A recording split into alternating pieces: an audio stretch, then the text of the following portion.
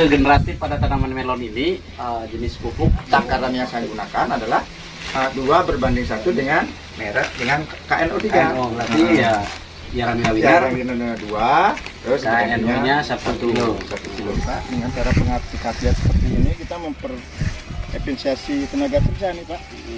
Ini pengocoran ini dilakukan berapa hari sekali, Pak?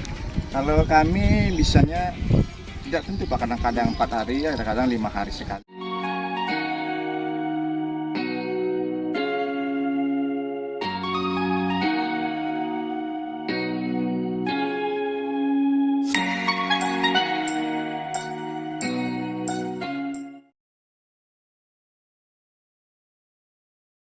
Halo, jumpa lagi dengan kami Mandias Channel yang membahas tentang pertanian dan perkebunan.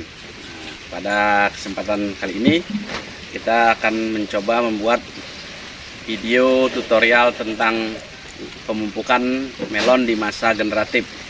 Kebetulan di sebelah kita ini, kiri kanan kita ini, melon-melon ini sudah memasuki masa generatif, di mana sudah mulai muncul bunga-bunga betina yang siap untuk menerima serbuk sari dari bunga jantan. Nah, untuk masa generatif dan vegetatif tentunya membutuhkan unsur hara yang berbeda. Nah, jenis-jenis pupuk yang dibutuhkan tentunya berbeda. Kebetulan hari ini di Reza Farm beliau sedang melakukan proses pemupukan untuk masa generatif. Itu tanaman ini berusia kurang lebih 25 hari. Mari kita lihat pupuk apa saja yang digunakan oleh beliau untuk tanaman melonnya. Let's go.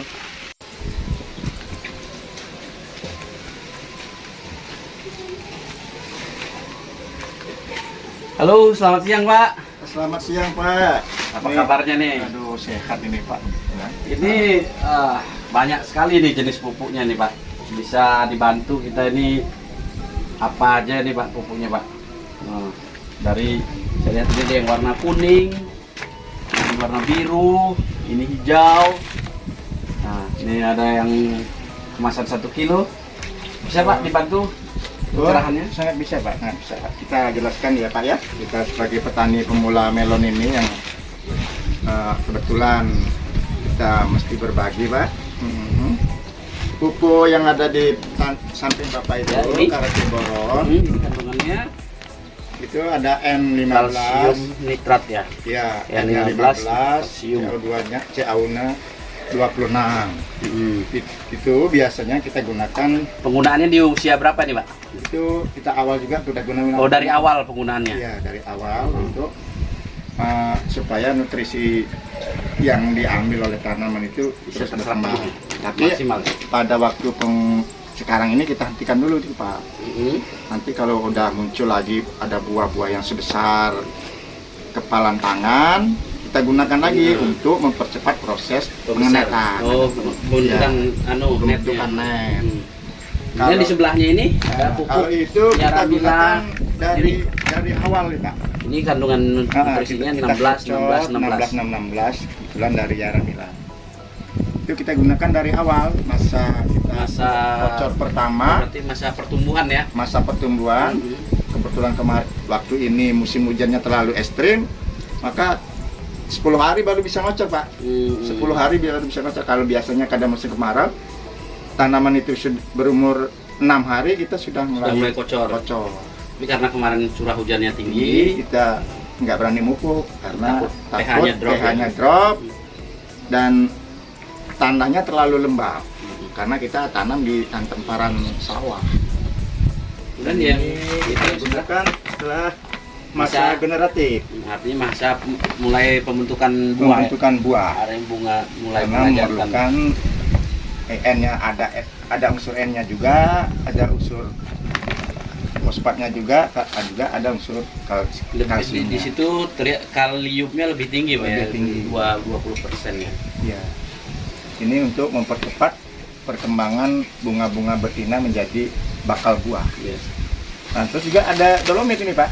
Dolomit kapur ya Pak ya? Kapur, semacam dolomit. Kita rendam juga dalam air untuk supaya pH tanah tetap stabil. Hmm. Dan pupuk-pupuk ini Pak sebagai pupuk pelengkap Ini juga KNO3. banyak sekali macamnya ini. Banyak sekali. Ini potasium nitrat, kandungannya kalium nitrat 13% nitrogen, 45% K2O. Jadi ini kandungan kaliumnya sangat tinggi nih Pak. Ya, untuk mempercepat pembungaan tadi Pak. Hmm. Supaya bakal buah itu cepat jadi. Kemudian di sini magnesium sulfat sama ini Pak ya, cuman beda merek dagang aja ya. Beda merek dagang. Magnesium. Mana yang lebih cepat kita dapat, itu kita yang beli Pak. Tidak tergantung pada merek dagang. Karena ini kebetulan di sini lebih mudah mendapatkannya. Oh ini. bukan, ini merek SOP nih, kalium sulfat ini. Dia hampir sama dengan potasium nitrat, kandungan kaliumnya tinggi. Cuman di sini plus sulfur ya. Kalau ini magnesium ya. Magnesium ini lebih ke ini Pak ya, untuk ke pemanis biasanya. meningkatkan rasa manis ya, Pak ya. Rasa manis. Ada- Itu yang saya alami Pak, yang biasa ini kita gunakan pada yang Ya, jadi panen-panen bisa sudah. buat catatannya ini penggunaan magnesium, Magnesium bisa dan, cukup mempengaruhi rasa. Pengaruhi rasa. Biasanya kita tambah dengan KCL juga kita yang sistem kontrol. Kemudian ini ada yang kemasan kecil nih, apa nih? Yara Vita Trifolat. Ini pupuk apa nih Pak? Pupuk mikro aja Pak. Oh, pupuk mikro ini. Karena tanaman ini tidak yang diperlukan bukan ini aja, pupuk makro aja. Unsur mikronya juga harus seimbang. Harus benar-benar terpenuhi semua Pak ya. Terpenuhi semua karena namanya tanaman cepat. Ini pengaplikasian Yara Vita Trifolat Ini biasanya kita semprot Pak. di usia berapa? Di usia mulai 10 hari kita mulai semprot pertama udah ada kita tambahkan itu. Dalam Dalam satu tangki 15 liter itu kita kasih satu saset ini. saset.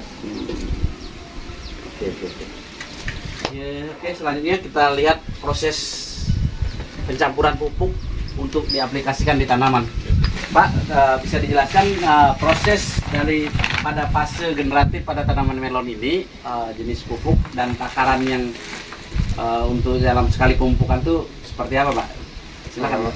Ini berdasarkan pengalaman saya aja Pak ya, karena nanti pengalaman orang lain juga lain. Kita pengalaman saya yang sudah saya alami, masa generatif ini kita gunakan pupuk winner Pak. Ini dari Yaramila, yang ininya pupuk khusus, pupuk untuk pembuahan, sehingga cepat dalam proses diserapan oleh bakal buah itu Pak.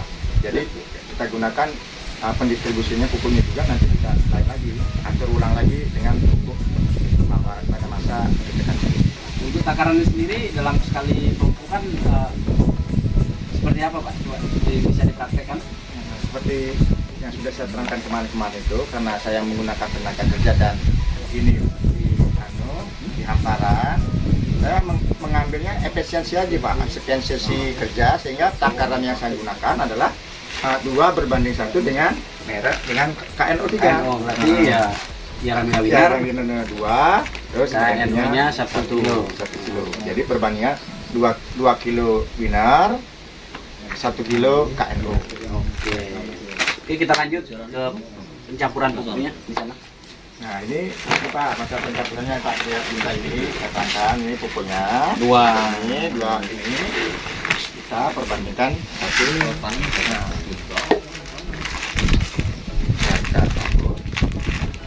Nah, ini kita aduk supaya efisiensi kerjanya dipermudah ini.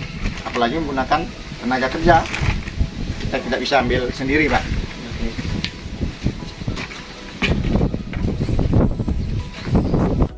Air kita penuh Pak, sampai penuh. Penuh ya airnya. Nah, kita penuh. Nah kebetulan ini yang sudah jadi Pak. Nah ini yang sudah jadi, yang kita tadi dari pagi kita kocor. Jadi sudah larut ya pupuknya. Sudah larut dalam satu ember ini. Kita nanti kita masukkan ke dalam pengocoran 20 liter 20 tuh. liter itu berbanding dengan 2 gayung ini Pak. Oh, Ini tidak tentu dengan berapa tanaman, tapi yang sudah pengalaman saya selaku petani, nah, beginilah cara penerapannya Pak, biar supaya gampang dalam pelaksanaan pengocorannya. pengaplikasian pupuknya. Sehingga mudah juga efisiensi kerja Pak. Kalau kita pakai ember menenteng-nenteng ke sana nanti membutuhkan waktu yang lama. Jadi Jadi pengaplikasiannya lebih gampang ya. Lebih gampang. Nah, kita masukkan ini dalam 2 ember ini, kita masukkan di sini. Nah, ini.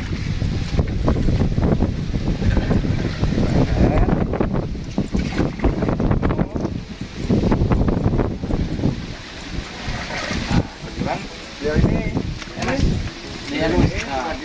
Aku praktek. tenaga kerja kami.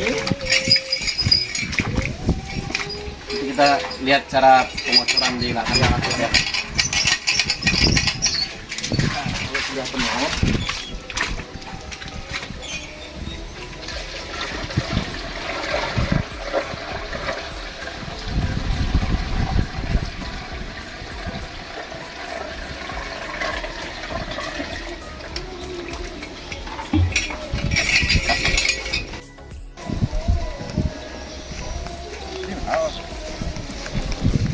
Nah, jadi cara pengaplikasiannya di tanaman, tolong Pak.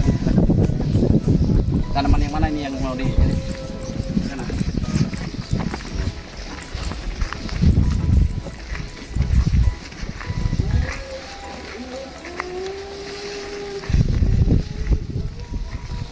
Pak, dengan cara pengaplikasian seperti ini kita memperefisiensi tenaga kerja nih Pak. Sehingga ya saya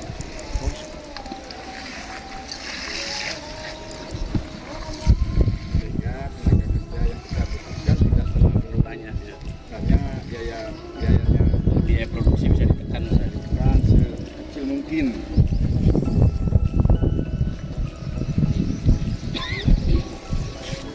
Sebenarnya ini keterlambatan ini Pak, karena sudah mulai ada waktu juga di sini. Akhirnya 4 hari yang lalu kita sudah mengadakan pengocoran. Ini pengocoran ini dilakukan berapa hari sekali, Pak? Kalau kami bisanya tidak tentu Pak, kadang-kadang 4 hari ya, kadang-kadang 5 hari sekali, karena ibarat kata Pak ya, tanaman melon ini seperti bayi Pak. Bayinya gimana? Dia sebelum lapar, sebelum nangis, sebelum haus, kita sudah aplikasikan juga kasih makan. Makanannya sudah disiapkan. Sudah ya. disiapkan. Sehingga tanaman itu bisa tubuhnya subur, Benar-benar ya seperti benar-benar ini ya. Sehat intensif. sekali. Kita waktu benar-benar memperhatikan tanaman-tanaman ini supaya tidak terjangkit dengan penyakit. Karena kadang-kadang kekurangan unsur hara yang ada di dalam kandungan ini, pupuk ini bisa menyebabkan rentan dengan penyakit. Dan juga aplikasinya tidak tergantung dengan cuaca, karena kita tanamnya di hamparan. Kadang-kadang musim hujan seperti kemarin kita tidak bisa mengaplikasi. Harusnya mupuk karena hujan kita harus tidak ditunda, bisa. diundur. Apalagi ini di hamparan sawah. Iya.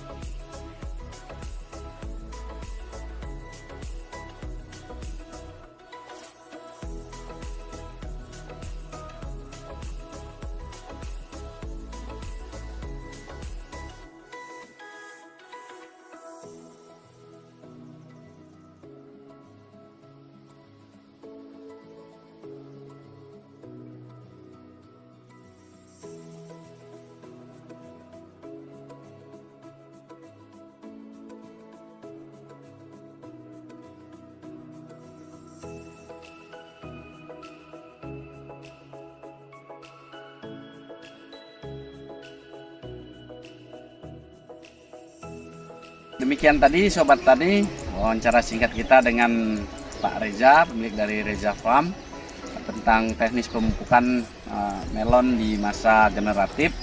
Semoga apa yang telah disampaikan dan dibagikan tadi oleh Pak Reza bisa menjadi inspirasi, manfaat bagi petani, khususnya petani pemula, sehingga kedepannya dunia pertanian semakin maju. Terima kasih sekali lagi Pak Reja atas Terima waktu kasih. yang diluangkan. Sama-sama, Pak. Maaf ini kita mengganggu. Jangan lupa ya Sobat Tani untuk membantu berkembangnya channel ini, like, komen, share, dan subscribe tentunya. Terima kasih.